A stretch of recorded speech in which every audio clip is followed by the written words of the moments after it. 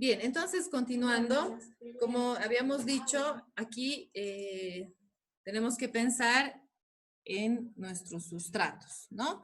Hemos sacado a partir del lápiz labial, nuestro sustrato va a ser el lípido, que va, porque sabemos que un lápiz labial dentro de su composición va a tener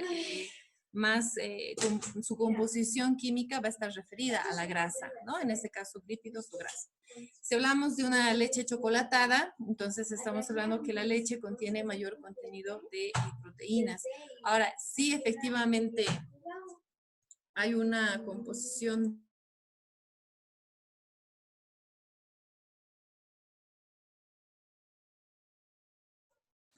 en el caso de la leche chocolatada, como les decía, obviamente van a ser las proteínas.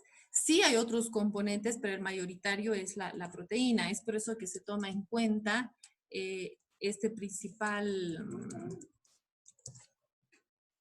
componente, ¿no? En el caso de los carbohidratos hemos dicho la salsa de tomate, que va a tener dextrinas o maltosa, ¿no? Que son en este caso, este tipo de sustancias. Ahora, en relación a eso, hemos dicho que las enzimas van a ir actuando, ¿no? Si hablamos de los lípidos, entonces van a actuar las lipasas, en el caso de que sean triglicéridos, y estos van a ser transformados, ¿no es cierto? Y estos van a ser transformados ¿a qué? Hemos dicho a ácidos grasos. No se olviden, ¿por qué ácidos grasos? ¿Quién me puede decir eso?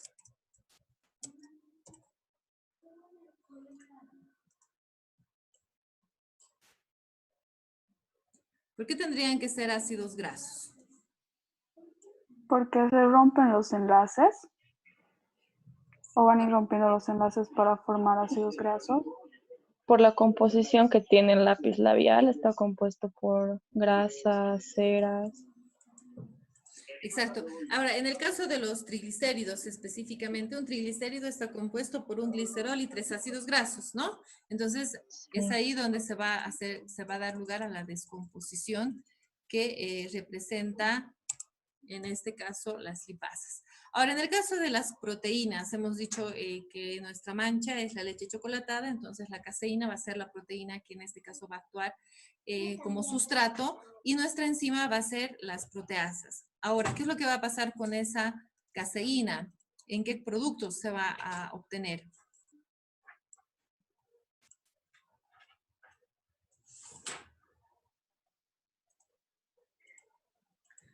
Aminoácidos. Aminoácidos o péptidos.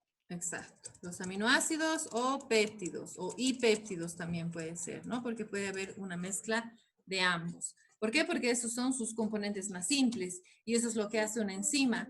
Va a ir actuando sobre los sustratos para irlos fragmentando, hidrolizando y volviéndolos en sustancias mucho más simples. Y eso ayuda a que obviamente se dé lugar a lo que es la eliminación de lo que representa la mancha. Ahora, en el caso de las dextrinas o maltosas, si yo contengo ese tipo de sustratos, las enzimas, ¿qué productos van a obtener?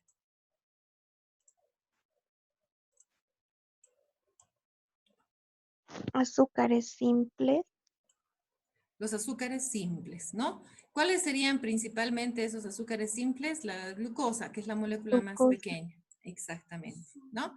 Entonces, eso es lo que vamos a considerar aquí, que son los azúcares simples. Bien. Entonces, aquí estamos diciendo que tenemos nuestro sustrato, aquí tenemos nuestro producto, y hemos dicho que las enzimas que van a participar en esta reacción son la lipasa, aquí son las proteasas y las amilasas. Ahora, ¿cuál es la función que cumplen entonces cada una de estas enzimas? Es decir, si hablamos de la clasificación de enzimas, ¿en qué enzimas están clasificadas las tres? Hidrolasas. Exacto, las hidrolasas, ¿no es cierto? Las hidrolasas, ¿por qué? Porque van a romper enlaces. En este caso tenemos los enlaces éster, los enlaces peptídicos y los enlaces glucosídicos, ¿no? Entonces, obviamente aquí están muy generalizadas, ¿no? Las enzimas. Estamos hablando de la amilasa, que es una enzima que normalmente es la que va a ser utilizada y la que va a ir actuando con respecto a este tipo de sustratos que los conocemos de esa manera. Pero dentro de esas hay diferentes tipos de clasificaciones, ¿no? Que están en el caso de las glicosidasas, que también van a dar lugar a esa función o ese rompimiento. Después están las lisosimas, que también dan lugar a ese rompimiento y se pueden utilizar. Pero en el caso de la práctica que ustedes están realizando, estamos haciéndolo de forma más general. Entonces, ustedes tienen que identificar todo esto, ¿sí? Este es el sustrato, el producto y obviamente las enzimas que están actuando sobre sobre esta práctica, ¿no? Que estamos haciendo una introducción de que estas enzimas se encuentran en los detergentes. Entonces, bajo ese análisis, ¿no? Es lo que tenían que hacer la siguiente parte, que en ese caso sí se están utilizando otro tipo de sustratos. Ahora ustedes me dirán, ¿cuáles son los sustratos que se han utilizado? Primero vamos a hablar de los sustratos. ¿Cuáles son? A ver, vayan diciéndome, por favor. En la segunda parte de los detergentes. En la segunda, sí. Celulosa. Cáscara de cebolla. Los sustratos, bueno, sí, los sustratos con respecto primero entonces a los componentes. Así, por ejemplo, hemos dicho la mancha de lápiz labial y de ahí hemos obtenido un sustrato. Entonces empezaremos Cáscara de por... cebolla. Exacto. Budín de chocolate. La cáscara de cebolla era uno, después el budín de chocolate, después Después la gelatina. Crema de leche. el budín de chocolate, sí.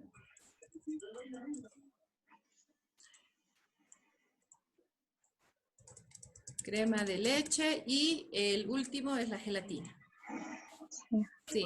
Entonces, esos son nuestras materias iniciales, ¿no? Que se han utilizado para poder hacer la interpretación ahora de justamente la acción que van a tener las enzimas. No hemos hablado todavía de cómo afecta la temperatura, que también es un factor muy importante cuando hablamos de las enzimas.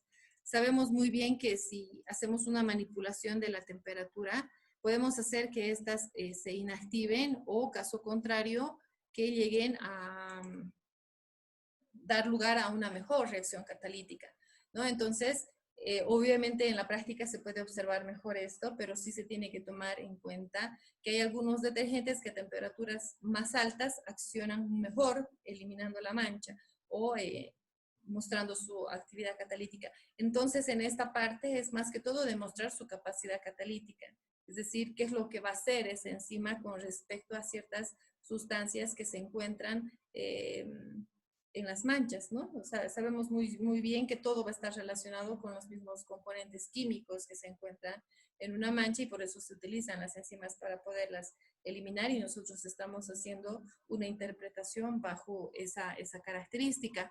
Ahora, cuando hablamos en el caso de la cáscara de cebolla, entonces hemos dicho que cada una de ellas va a generar un sustrato, ¿no? Ese sustrato es el que va a ir va a ser el que va a iniciar nuestra catálisis, o mejor dicho, sí, ¿no? Nuestra catálisis, o en este caso, la participación de nuestra enzima. Entonces, para la cáscara de cebolla, ¿cuál sería nuestro sustrato? Celulosa. Celulosa. Exacto. En el caso de del budín de chocolate, ¿cuál sería?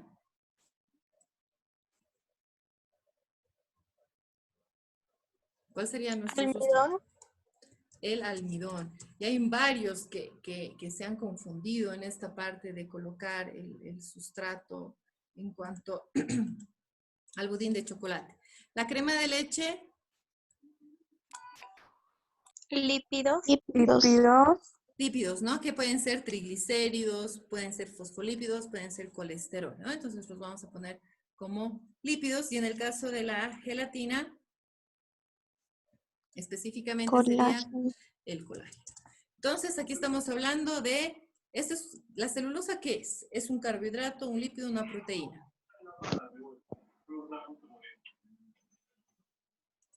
A ver, ¿qué es? La celulosa, ¿qué es? ¿Un carbohidrato, un lípido o una proteína? A ver, ¿qué dice Ana?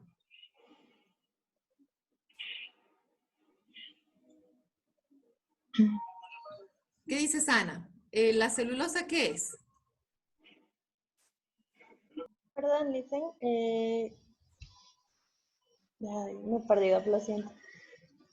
Yo sé que a veces se distraen, traten de concentrarse aquí porque es bastante importante lo que les estoy explicando para la parte práctica, por favor. A ver, Kevin, ¿qué es la celulosa? Es un polisacárido. Ya, sí, es un polisacárido, pero en el caso de los polisacáridos se clasifican en cuanto a lo que son... Carbohidrato. sí, es un carbohidrato. ¿Carbohidratos? Sí, es un carbohidrato. ¿Son pero, carbohidratos? sí, principalmente es un polisacárido, pero en este caso se va a clasificar en los que se denominan como de no reserva, es decir, no proporcionan calorías. En el caso del almidón es un carbohidrato. Sabemos muy bien que el almidón sí proporciona calorías, ¿no? Y los lípidos que hemos nombrado, y en el caso del colágeno, que estamos diciendo que es una proteína, ¿no es cierto? Ahora, en el caso de lo que viene a ser, ese es el sustrato específicamente, el sustrato que nosotros estamos identificando de acuerdo a la práctica, es decir, a las muestras que se nos está dando. Lo primero, estas muestras pueden variar, no siempre van a ser estas que tienen ustedes aquí. O sea, yo he colocado estas, pero puedo cambiarlas. En vez de cáscara de cebolla, puedo poner cualquier otro tipo de material que tenga celulosa o cualquier cáscara, ¿no? Incluyendo podría ser, por ejemplo, los cereales integrales, ¿no? O tal vez en el caso de algún tipo de cáscara de alguna verdura cualquiera. En el budín de chocolate podría utilizar algún tipo de postre que contenga el almidón, podría ser una sopa, ¿no? Que contiene bastante almidón y así. Entonces, como les digo, no nos iremos solamente a que solamente con estas sustancias nosotros podríamos hacer. Se puede variar porque lo que a nosotros nos interesa es esto, obtener el sustrato. No se olviden, por favor, estos son los sustratos. No pueden ser estos. Si hablo de que mi sustrato es la cáscara de cebolla, no estoy especificando cuál es mi sustrato y no voy a poder determinar cuál es la enzima que va a actuar sobre este, ¿no es cierto? Entonces, siempre tenemos que pensar, si mi enzima es, por decirles, amilasa, mi sustrato tiene que ser un carbohidrato, ¿no es cierto? No puede ser una proteína porque no va a haber una acción catalítica. No va a ser específica esa enzima con ese sustrato. Entonces, tienen que ir viéndolo desde ese punto. Entonces, en el caso de la celulosa, ¿cuál sería mi enzima? De acuerdo a lo que ustedes han hecho. Celulasas. Las celulasas. Cuando hablamos en el caso del almidón, ¿cuál sería? A ver, Kevin, ¿cuál sería? En el almidón mi enzima.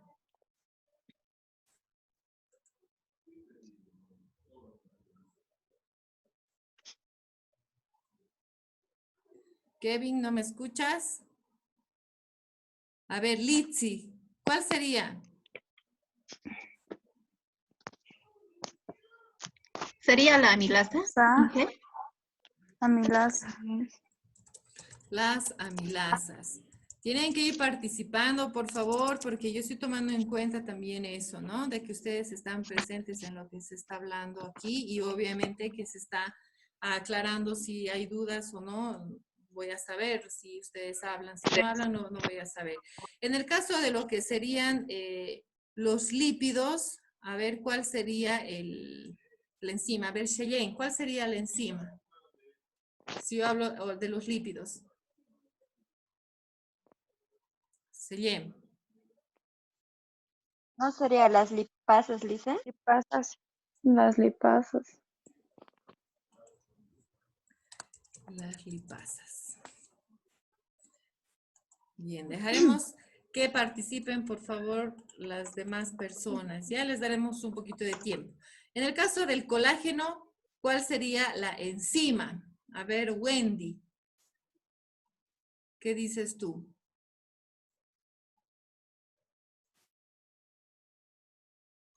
Wendy, ¿cuál sería nuestra enzima en el caso del colágeno? Lisa, ¿puede responder? Litsi, sí, dime. ¿No sería las proteasas? Así es, ¿no? Entonces aquí serían las proteasas. Entonces hemos identificado las enzimas, ¿sí? Entonces, ¿qué es lo que faltaría ahora? ¿Cuáles serían los productos que se van a obtener a partir de esas enzimas? Ahora, ¿cuáles son los productos? Si tenemos la celulosa o las celulasas, perdón, tenemos las amilasas, tenemos las lipasas y tenemos finalmente lo que son las proteasas. Pero tenemos, si hablamos de nuestro producto con respecto a estas enzimas, tenemos que pensar cómo se va a dar con respecto a nuestro sustrato, se va a dar nuestro producto. Ambos van a ir juntos. Yo no puedo decir que tengo el almidón, que es mi sustrato, y que mi producto van a ser aminoácidos, por decirles, no hay relación. Entonces, eso tiene que estar bien determinado. A ver, Ana, ¿cuáles serían los productos cuando hablamos de las celulasas? Ay, aquí está mal escrito. Ya que las células está considerado como carbohidrato, también serían los monosacáridos, Lisa, si no estoy mal, Un poquito como más un fuerte. producto. Ana, no te escucho. Un poquito más fuerte, por favor. Sí, las celulasas son carbohidratos y los carbohidratos se subdividen. Se tendría como productos en los monosacáridos y sacáridos y eso. Claro, Aminoácidos en sí. no, aminoácidos no. Los aminoácidos son de las proteínas. Hay proteínas. ¿No es cierto? En el caso, como decías, pueden ser monosacáridos o disacáridos, sí. Pero bueno, eso es que en este caso sí es un poquito más complejo en el sentido de que tendríamos que saber la composición química de la celulosa, ¿sí? Entonces, esta celulosa va a estar obviamente conformada por carbohidratos que ya son más complejos, ¿no? Está en algunos casos la celulosa como la pectina, que también forman parte de las mismas características de la cáscara de los alimentos, pueden ser el ácido galacturónico o la galactosa. Entonces, sus productos estarían derivados a eso. Pero si ustedes colocan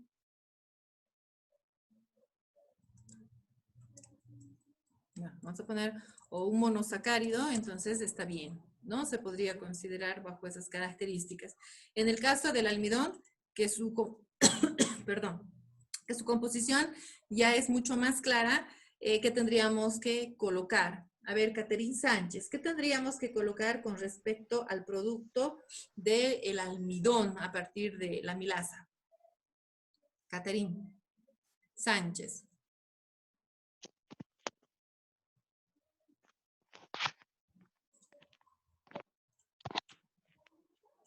La glucosa, ingeniero.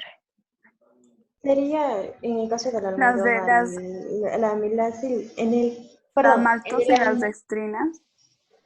mm, ¿Quién es Galaxy J5? ¿Qué estaba hablando?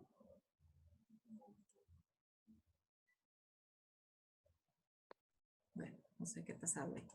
Entonces estamos, se está escuchando bien todo. Sí, Sí, Bueno, a ver, bueno. En el caso entonces, pero si no nos va a ganar el tiempo, vendría a ser, puede ser la glucosa como un azúcar simple, obviamente. Han colocado en algunos casos las dextrinas o también están lo que vendría a ser las maltosas, ¿no?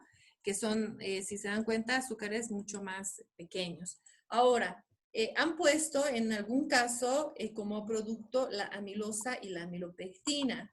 Estos dos no entran porque la amilosa y la amilopectina es la estructura química que conforma el almidón, ¿sí?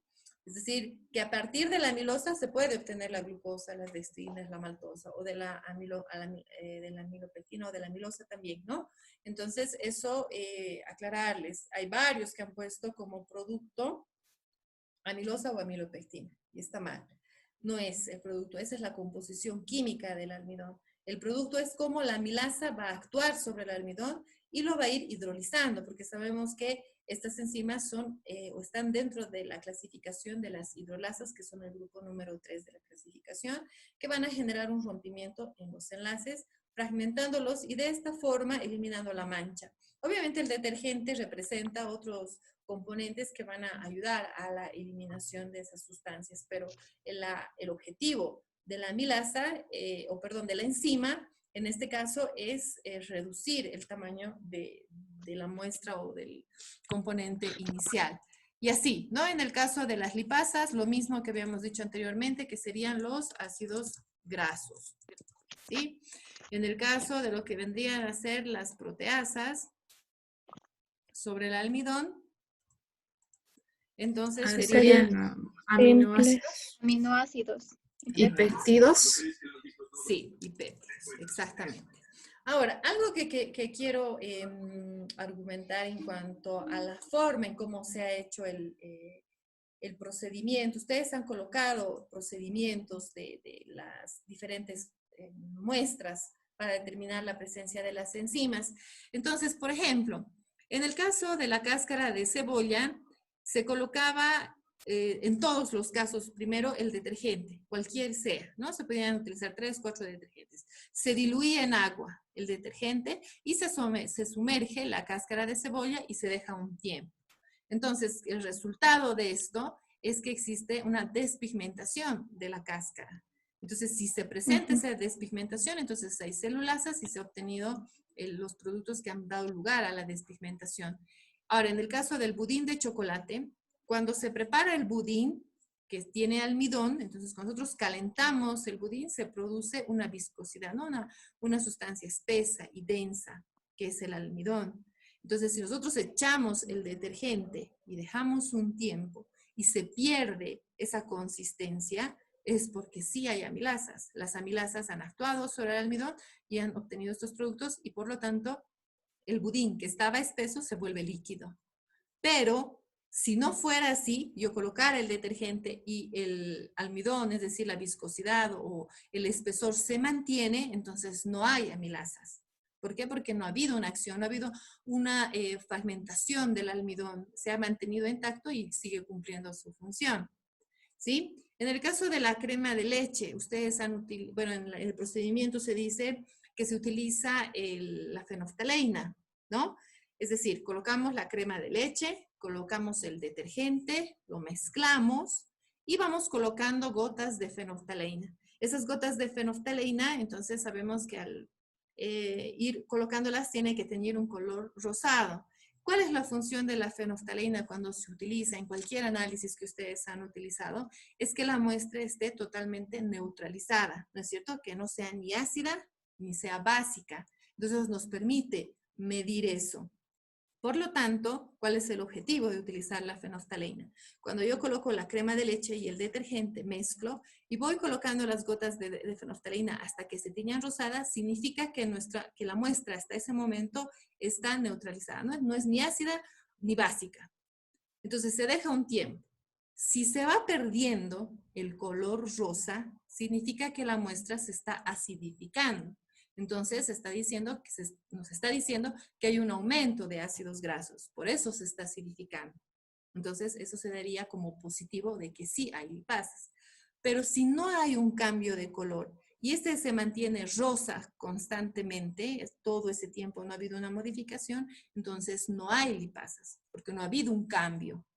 ¿Sí? En el caso de lo que vendría a ser la gelatina, sabemos que la gelatina tiene, su consistencia es un gel, que efectivamente se presenta cuando llevamos a refrigeración. Entonces, si nosotros colocamos antes de la refrigeración, coloco la gelatina, el detergente y llevo a refrigerar y se gelifica, entonces, ¿qué quiere decir eso? A ver, ¿quién me puede decir? Y si pueden dejar de rayar la pizarra, por favor.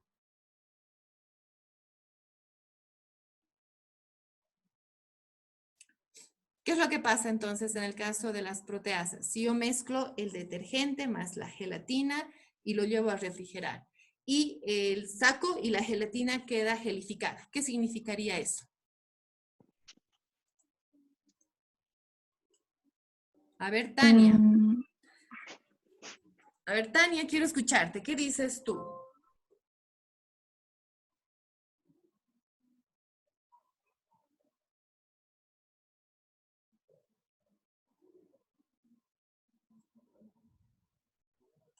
Annelies.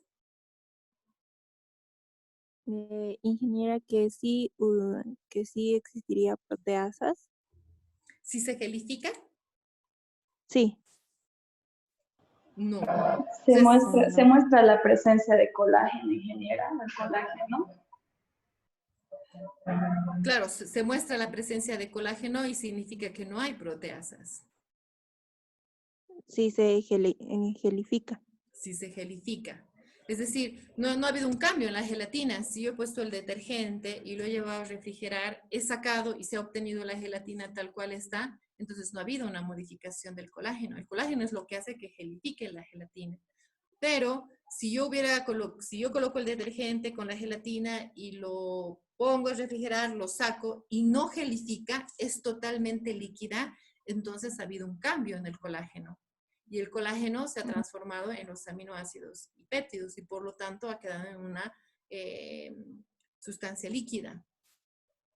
¿Se entiende o no se entiende? Sí. Sí, doctora. Entonces, eso por favor tienen que enfocarlo de esa forma, tienen que hacer el análisis bajo esa característica de pensar cuál es el sustrato, cuál es la enzima y cuál es el producto, que es lo más importante. En el caso del procedimiento, ya les voy a explicar, ya les he ido explicando cuál es el objetivo. Entonces, siempre hay que pensar en la reacción que se está produciendo y de acuerdo a eso saber si hay presencia o no, ¿no? En el caso, como les decía, de la gelatina, si no gelifica, entonces sí hay presencia de enzimas. ¿Por qué? Porque las enzimas han actuado sobre el colágeno y lo han fragmentado, que eso es el objetivo de la enzima, hidrolizar, romper los enlaces que puedan estar presentes, en este caso de los enlaces peptídicos, y los va a ir rompiendo y vamos a obtener los aminoácidos y los péptidos. Entonces, en ese caso sería un positivo y sí hay proteasas. Pero, entonces, si yo pongo, párenles que en su examen yo les voy a poner estos ejemplos. Yo les puedo decir, coloco el budín de chocolate más el detergente y el resultado es un budín que ha mantenido su consistencia. ¿Hay presencia o no hay presencia de amilasas? ¿Qué dice? ¿Hay o no hay? No hay presencia. ¿Por qué? Porque se ha mantenido y no ha cambiado. Y cuando no ha cambiado, ¿qué significa eso? Que sí hay presencia. Que sí hay presencia de enzimas. A ver, nos ordenaremos nuestras ideas un ratito. Les vuelvo a decir, si el budín colocado con el detergente y lo saco y se mantiene su consistencia, ¿hay o no hay presencia de amilasa? No hay No. presencia. No hay presencia. ¿Y por qué no hay presencia? Esa es la pregunta. ¿Por presencia. qué? ¿Por Sí qué va a no haber hay? presencia de amilasas, ¿Por qué, Reina? porque va a perder la consistencia. No, lo que yo les decía es que no pierde la consistencia. Se Hablo mantiene. del pudín. Claro. Por eso les digo, pongo el budín más el detergente, lo dejo refrigerar, lo saco y se mantiene su consistencia.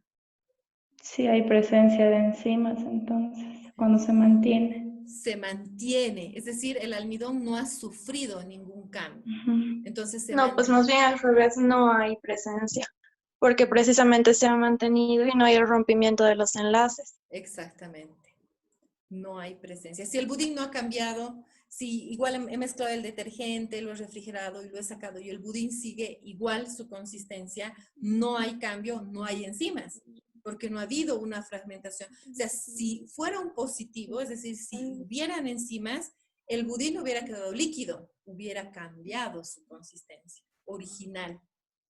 ¿Se entiende? Entonces tiene que pensar desde ese punto. A ver, les vuelvo a preguntar de la gelatina. Si yo coloco gelatina con detergente, lo refrigero, ¿no? Lo pongo en refrigerador, lo saco y la gelatina sale líquida, ¿hay o no hay enzimas? Sí No, hay. no, sí No hay hay presencia. enzima o Sí no hay. hay. ¿Puedo? A ver, ¿quién está? A ver, Miriam, ¿qué dices tú? Miriam Siles. Si lo saca y está líquido, sí había la presencia de enzimas, porque al salir líquido quiere decir que se han roto las cadenas, los enlaces peptídicos. Por lo Exacto. tanto, por ese motivo ha salido líquido. Exacto, así es. Entonces, es positivo, hay presencia de enzimas. Si hubiera salido gelificado sin ningún cambio en su consistencia, entonces, ¿qué significaba?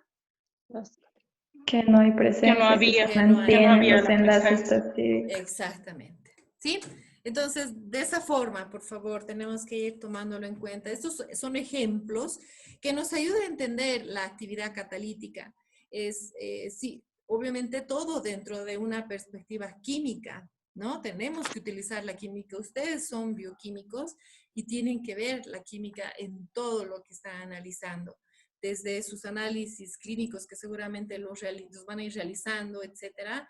Todo tiene que verse desde la química, desde esta perspectiva. Si hablamos de enzimología, es química también y todo tiene que estar relacionado con eso, ¿ya? Así que, ¿alguna duda o alguna pregunta que tengan sobre esto que se ha hablado? Que no haya quedado claro, por favor díganme, porque no quiero sorpresas en sus exámenes prácticos. Yo les voy a hacer preguntas de este tipo. Les voy a poner un ejemplo de la práctica igual, donde ustedes han hecho se ha hecho el procedimiento de la amilasa salival, ¿sí? A ver, ¿quién me puede explicar en el caso de la amilasa salival qué es lo que se demuestra en esa práctica? ¿Alguien se acuerda?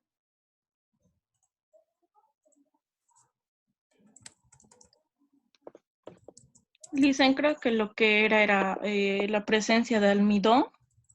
¿Ya? ¿Qué más? Para la degradación de carbohidratos. Hay una degradación efectivamente de qué, de lo que es una preparación de almidón, ¿no es cierto? Sí. ¿Qué más? Para determinar la presencia de azúcares. Es decir, estamos en esta práctica, ustedes lo que se quería observar es la actividad catalítica de la amilasa. En este caso se han colocado diferentes factores para poder medir si la amilasa va a actuar o no va a actuar sobre el almidón. Obviamente, si nosotros tenemos esta reacción que les estoy colocando de esta forma, estamos diciendo la amilasa va a actuar sobre el almidón y ¿qué es lo que se va a obtener como producto? ¿Qué es lo que se va a obtener? La glucosa. La glucosa se va a obtener algunas Elevada. moléculas, o incluso más que todo maltosa. Puede ser glucosa o maltosa, ¿sí? Entonces, esa es la actividad catalítica de la amilasa salival. ¿Qué es lo que se ha hecho en la práctica? Se han considerado diferentes puntos o factores en todo caso. Uno de los factores es la temperatura. ¿A qué temperatura acciona la amilasa salival?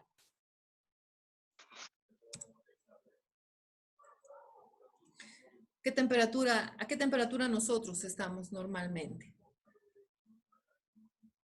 36. 37 grados 37 grados centígrados. Entonces, centígrados. la amilasa salival, ¿dónde se encuentra? En nuestra saliva. Nosotros tenemos esa temperatura, entonces nuestra amilasa salival actúa a esa temperatura.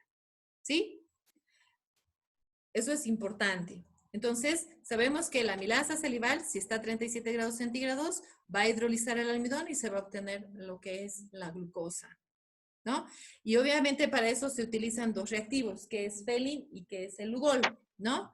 Yo sé que algunos ya han utilizado, pero no sé del resto. ¿Han utilizado ya Felin y Lugol en alguna práctica?